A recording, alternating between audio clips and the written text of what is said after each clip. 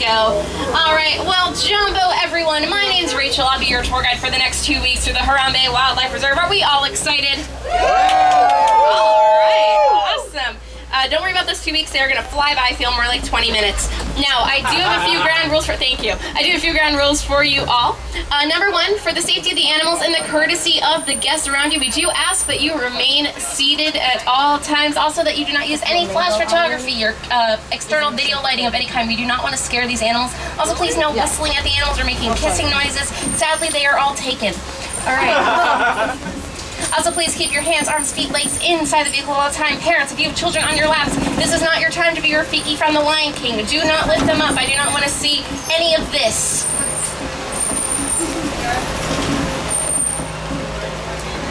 Is the bridge working? The path I take right now doesn't have the bridge, so we're not even going to find out. Although with this rain, not really, I don't think so. Not on our right-hand side, we have an okapi. A lot of people think that okapis are related to zebras because, well, it looks like they are, but they're not. They're actually the only known relative of the giraffe. We know this because they use their tongues to grab leaves off the bottom of the trees. They can also use their tongues to lick their own eyeballs. That's my favorite fact. That is great. Oh my god. It is real great. It's a great party trick. Hell yeah. That's a great question, actually, if giraffes can do it. The giraffe has 18-inch tongues, so I'm assuming yes. Now, what happens to the animals during the hurricane? A fantastic question that we've been getting quite a bit here. So, our animals, as much as we love having them out here on display, we're currently in the Little Aturi Forest, and as much as we love having them out here on, not even on display, but just having them live in their natural environments, well, we do have kind of houses for them, shelters for them that they go into when they want to sleep or escape the rain, and they're free to do that whatever time they like. Now, they are going to be out here for the hurricane, but that does not mean that they can't go in if they want to. If they want to stay out, they can stay out as well. But be assured, they are definitely being taken care of. This is Animal Kingdom. They're our #1 priority here. Now, animals here love to use camouflage, and it looks like they are using it really, really well around here. So we're going to head on out into the Safi River. Now, Safi River is home to a lot of watering holes. Watering holes are home to a lot of animals, mainly hippos. We're going to see if we can find any out there. They're pretty hard to miss, so we have about 5,000 pounds. We might also be able to hear some hippos. Hippos communicate with each other using a sound called the wheeze honk. It sounds really silly, but it's true. Some wheeze, some honk, some wheeze and honk. It's individual to each hippo. It's how they tell each other apart. Their own calling card. Yep. You will definitely know when you hear it, so don't worry. Now, you might want to keep a look at on your right-hand side. If you see something underneath the water that looks like a hippo, chances are it's a hippo. Hippos love to spend time under the water. It is how they stay cool on hot and humid days, and even on days that aren't as hot and humid. They just really like being underneath the water there. Now, they can spend about 8 minutes under the water without coming up for air. They come up, take a quick breath, and head right back down. They really do not like being out of the water. Now, on our left, we have a whole bloat of hippos. That is what we call a group of hippos, a bloat. Are they eating marbles? Not that I can see. I don't think they're on the menu tonight. They are herbivores. I don't know if marbles necessarily count, is that? Now on the rocks there, we also have some pink... Oh, that's Wheeze Honk. Oh, that was the Wheeze Honk? There it is. So as I was saying before, we do have some pink-backed pelicans. They give their name because their backs turn pink during the mating season. A group of those pelicans are called a pod. Now, they are nocturnal. That's why they're more active at night, why they're wheeze honking at night. Oh, that's so cool. I love when that happens. Yeah, I've never done that. Didn't even plan it. Really? You've been on here a couple times? We live here. Oh, I live in St. Pete. I ride this ride like maybe twice a week. All right, now out on our left-hand side, we do have some Nile crocodiles. And they can spend about 2 hours under the water without coming up for air. Sometimes you'll see a Nile crocodile and its mouth will be wide open. Now what it's trying to do is it's trying to cool down. It gets really hot just like we do, but they're cold-blooded and they can't sweat. They need a way to get rid of all that heat, so they'll open up their mouths and all that heat will escape. It'll cool them down by actually about 12 degrees. It works pretty well. Very helpful here.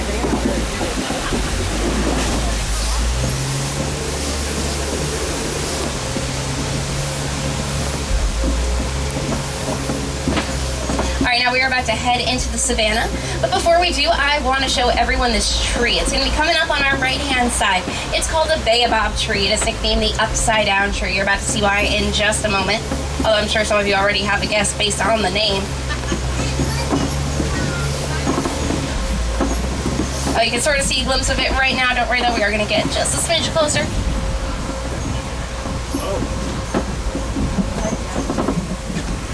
And there it is out on our right-hand side, the upside down tree. It's given its name because it looks like it's upside down. Now, it's not really upside down, it's just leafless 9 months out of the year. It'll get its leaves during the rainy season, which ironically enough is just about any day now around here.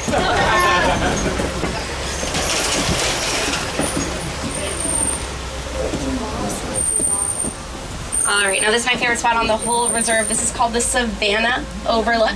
It's a really nice overlook of the whole savannah. Not very creative in the name, but still one of my favorite places.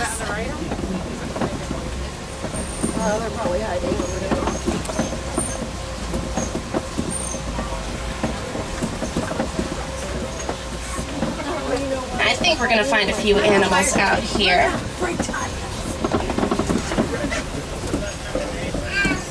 What's the best time of day to do this? So actually right about now, at sunset, when it's not completely dark outside, there's still a little bit of light, but still dark enough that the nocturnal animals have woken up. So you guys actually chose my favorite time, right around this time. We've just gone into night mode, so this is just the first 1 or 2 rounds after night mode is the perfect time to go. That or in around like 11 a.m. That too is a really good time as well. But of course, you guys chose this one. I still think it's a pretty good time. Now, out on our left-hand side, underneath those rocks there, we do have some spotted hyenas. Now, when people think of spotted hyenas, they think of their laugh or their giggle. Now, this isn't really the case. It's more just what their vocalizations sound like. They can also sound like a ghost booing. Now, they are a pretty powerful matriarchy. The lowest ranking female will still rank higher than the highest ranking male, because girl power.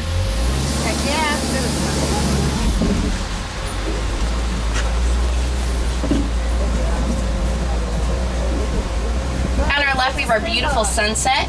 Ooh, so natural. And we have some termite mounds out on our left and right-hand side. Now, they're made by termites out of things such as dirt, saliva, and dung, which is a fancy word for termite poop. Now, when they're as big as the one out on our left-hand side, they'll be used as scratching posts by larger animals such as elephants or giraffes. And then as they're worn down over time from use, they'll be used as lookout points by animals such as antelopes to see when predators are coming.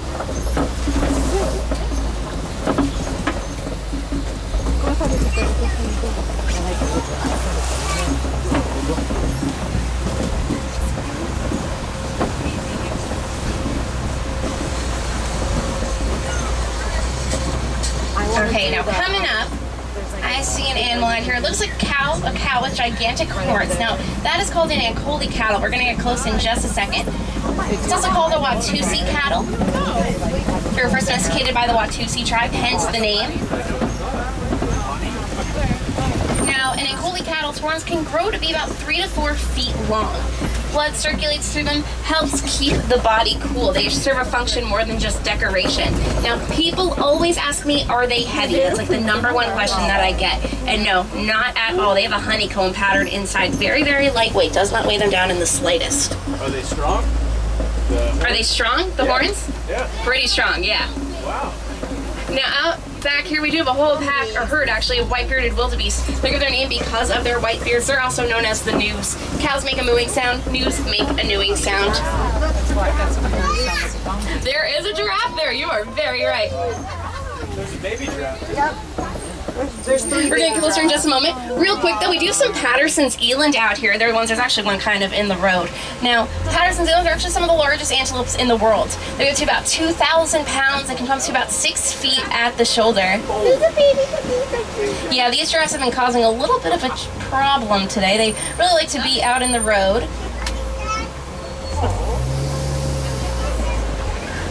Hi, guys. Oh, yep, that one is crossing the road. Okay, that's okay. All right. Now we do have some baby giraffes out here. Baby giraffes, when they're born, they come at about 6 feet tall. They're up and running within an hour of their lives. They grow to be about 18 to 20 feet tall, with their tongues being about 18 inches. And they'll use those tongues to grab leaves off the bottom of the trees. It's called pruning. Now, does anyone know how long giraffes need to sleep? Longer than 30 minutes. 2 hours longer than I do. All right. Two kind of differing answers there. I'm going to tell you, it's actually 30 minutes. What? They only told about 30 minutes of sleep a day, and they'll get that sleep in 5-minute increments throughout the day. Sort of like their power napping is the best way to describe it. Do they lay down? They do. They don't actually lay down. They only do it standing up or sitting down. Now, I don't know the exact reason. My theory is that it would be really hard for them to get back up. You just imagine they're 20 feet. Not sure if that's a scientific purpose. That's the theory I'm going with.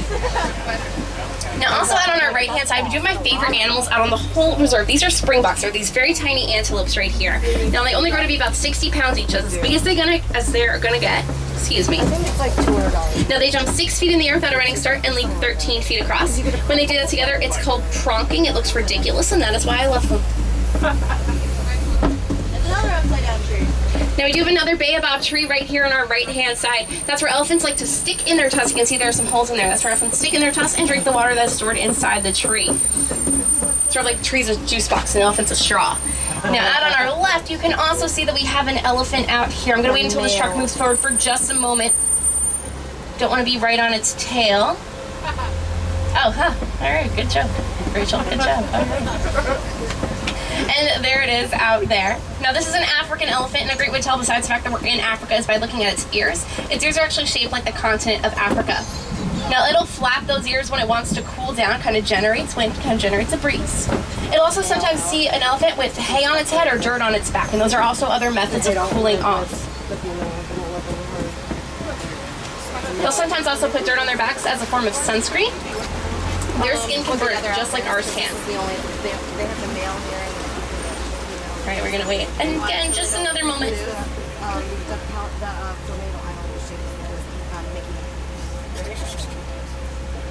Yeah, check it out. Now out on our left-hand side here, we do have some flamingos. Now these are greater flamingos. They're one of the largest breeds of flamingos. That's why they don't look as pink as you might expect. They have a lot of feathers to get a lot of beta carotene through. Now beta carotene is the component that turns a flamingo's feathers pink. It is found in their diet. It consists mostly of shrimp and krill, stuff that's pink. Now does anyone know what a group of flamingos are called? Flock. Any guesses? Flock. A flock is a really great guess. Where's Stella? Anything else? Stella! No, that's the baby elephant. A flamboyance, very nice. We can switch seats if you'd like.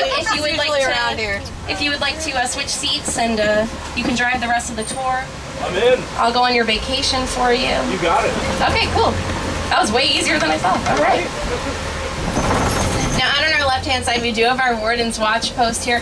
Now, he is keeping an eye out for poachers. Poachers are not a huge threat out on this reserve specifically, but they are a huge threat out in the wild. Now, they will go after rhinos for their horns. They believe that their horns have healing powers, but they don't actually.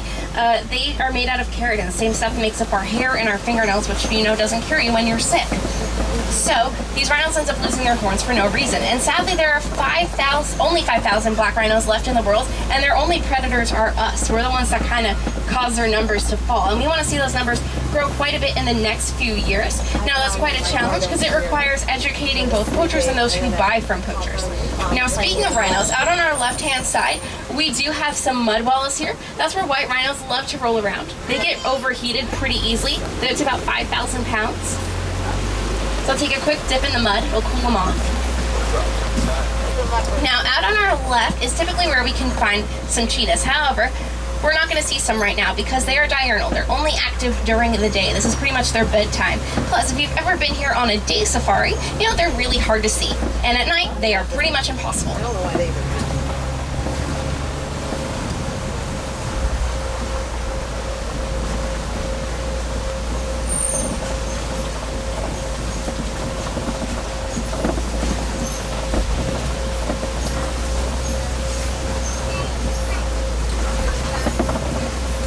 All right, now out on our left-hand side here, I see a lion on top of this kopie. It is on the second rock to the right, straight on till morning.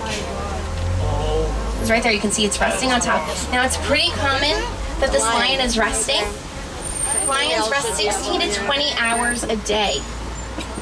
Get up and work. Now, they are most active at night. During the day, their vision's about the same as ours. At night, it's about 6 times more powerful. So, of course, they will choose to do their hunting at night. Also, it's a lot cooler for them. You have to imagine they're going through the same heat that we are during the day, but with a fur coat. They don't roar like you think they roar.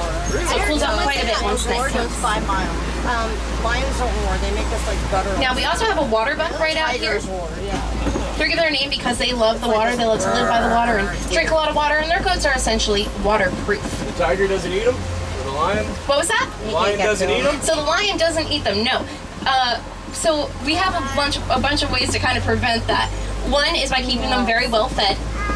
Another way is we have some natural barriers here. Oh, You I can't see see, that. but there's kind of a bit of distance between where we are and where they are. Also, I always like to say this is Disney, not National Geographic. Oh, look, there's another one. Yeah, the female. And we see Other females over females here. over Now, there. the females will go out and do most of the hunting. The males will stay at home and look after the cubs. They're sort of the stay-at-home Get all dads. 3 of them in one picture.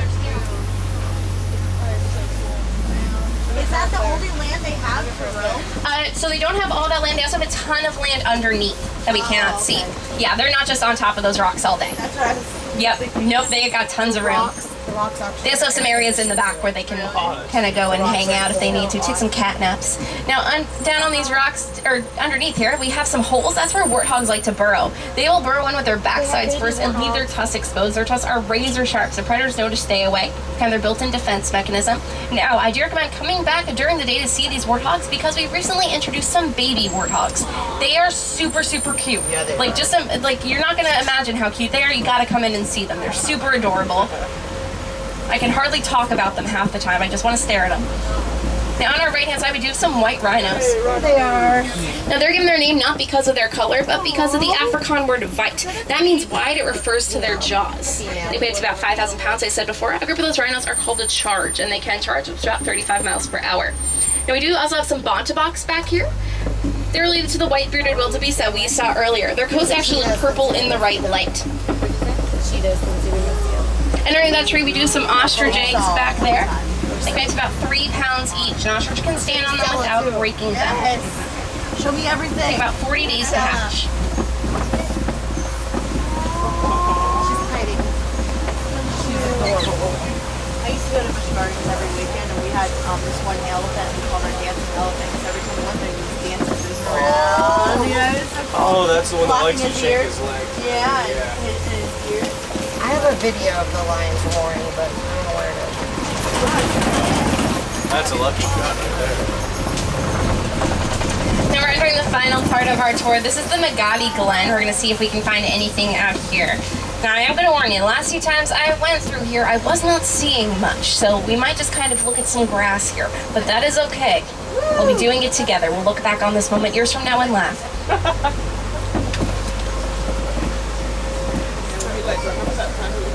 Yeah, that grass is so awesome. At least there's a fountain. There is a fountain. There's a bunch of them, actually. So what's I don't have any facts about the fountains, but we do have some. What's supposed to be around here? What is supposed to be around here? A fantastic question. So, we have some animals out during the day. They're called scimitar horned oryxes. They're given their name because they have gigantic horns. They look like scimitar swords. And they do very well in the heat. They can reach about 115 degrees Fahrenheit without breaking a sweat. Go up to about 9 months without a drink of water. Yeah, we also have some yellow-billed storks, and they're these really cute birds, except they're carnivores. They love to go into the water after crocodiles eat and eat all the stuff that's been stirred up, like lizards and snakes and even smaller birds. Yeah, I think it's a little awkward. Now, we are approaching the end of our tour, but I do want to leave you with a message. That message is to fall in love with these animals. Whether you read about them, or you watch videos of them, or you just look at photos that you took today, because I love these animals, I truly do. I have the best job in the world. I get to see these animals almost every single day. And I want everyone to love these animals just as much as I do, because when you love something, you want to protect it. And I want these animals to be as loved and protected as much as they possibly can. That way future generations get to love and protect them as well. It is that simple. I think that the first step to conservation is to learn about and love what you are trying to protect. Also recycle. Really, really helps. You have the best job ever. Oh, thank you. I think it's pretty cool.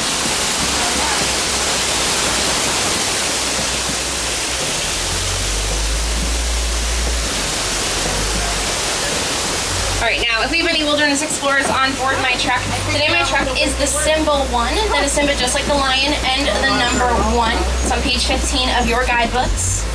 And friends, here in Harambe, we do not like to say goodbye. It is much too sad and it is far too final. Instead, we like to say kwaherini. Kwaherini is an old Swahili phrase. It means to go well. So kwaherini, everyone. All right, let's try that one more time. Kwaherini, everyone. Very nice. All right. Now we are getting ready to unload. So do make sure that you have everything with you that you brought on as you leave. Parents, that does include children. You cannot leave them here. Have you guys ever flight of passage? I'll take Yeah. it. Best ride ever. We waited 2 hours. I've ridden it 16 times. I've never waited. All right, friends, I want to thank you so much for joining me. I had a great time showing you all around. I hope that you did as well. Once again, my name is Rachel. Have a fantastic rest of your night here at Disney's Animal Kingdom. Yeah, Rachel! Woo! Thank you. She's the shit! I don't know what that word is. All right, guys, watch those hands and feet on